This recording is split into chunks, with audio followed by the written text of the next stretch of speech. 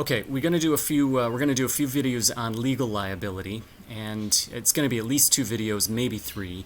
There's quite a lot to cover, but I'm going to start with one fundamental, really important concept that any kind of investor at the beginner or intermediate level has to know, and investors at the advanced level know it through painful experience. Okay, and basically the punchline here is that legal risk can very quickly bankrupt a company, no matter how wealthy or how bulletproof that company's balance sheet is, under certain circumstances.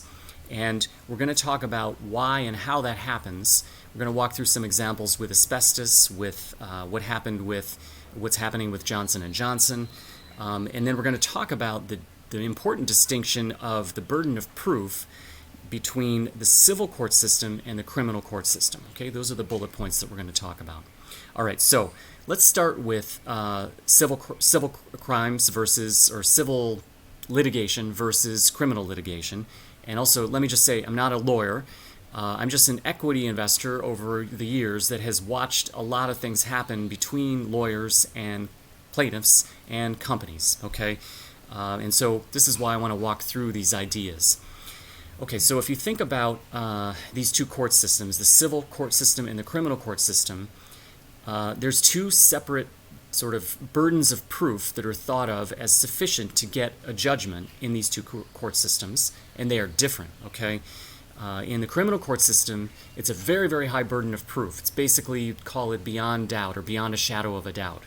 In the civil court system, it's actually much lower, and you could call it maybe more probable than not, or more likely than not.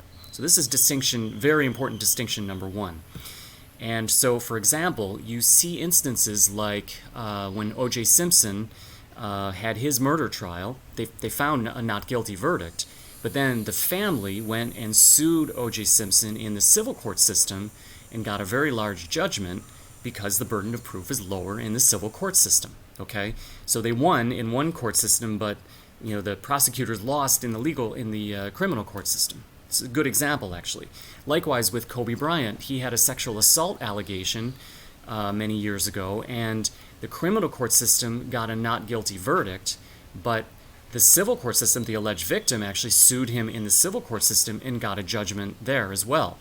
So these are good object examples. Has nothing to do with companies, but it has to do with this varying level of proof burden that's required. Okay? Now, let's back up and talk about when this happens to companies. And basically, you can get judgments, or the company may settle with you on actually surprisingly flimsy circumstances, surprisingly flimsy levels of evidence. And one example I'd like to bring up is the McDonald's. It's sort of an infamous example, but the McDonald's coffee incident, where a woman poured very hot coffee on herself and needed skin grafts. She was very injured. She'd gotten takeout coffee and was in a car and sued McDonald's, and initially got a judgment that was something like $100 million. The judge kind of calculated, or the court argued for calculating some amount per serving of coffee that McDonald's corporate-wide sold nationally, and came up with a tremendously large number. And also, the court system occasionally wants to send a message to a company when they, malign or mistreat or do something bad. And so often you get courts that are actually very anti-company, and you can get judgments like this on somebody who spilled coffee on themselves, right? And I don't want to get into the debate of the merits of that case. I'm not a lawyer, and I'm not expert enough to know. It's just I want to show that the civil court system can come up with tremendous judgments on what seems kind of odd sometimes, okay? And then the second nuance is that you don't sue someone who doesn't have resources, right? You never sue somebody who can't pay you anyway. And so this is a central idea of where's recovery possible. And so companies tend to be targets for legal action because they have money. They're often can be very, very wealthy. And so one of the things that you think about, like you want to invest in a company with a great balance sheet, but weirdly, a great balance sheet and a very profitable company might actually attract lawsuits under certain circumstances. So this is another nuance to think about. And now we're going to talk about the mother of all class action civil court lawsuits, and that was the asbestos liability. that happened actually over a multi-decade period, I think beginning in the 80s. And remember, before that, asbestos, decades ago, asbestos was thought of as a miracle material. That's why it was in so many buildings, right? They put it inside buildings because it's flame retardant. It's a very easy maneuverable material, can be sprayed on or used as a solid material. It had other industrial applications. It was sort of a miracle material, but then later there was a discovered connection between asbestos and cancer. And then all heck broke loose, and there were many class action lawsuits on any company that had touched asbestos, that had sold it, even companies that had acquired other companies that sold asbestos. The parent acquiring company often got sued for that. And some of this is still going on. If you want to read more about asbestos liability, start with going to Wikipedia and look at DYOR Grace. That was one of the poster children companies for basically an equity being destroyed by a large amount of class action lawsuits.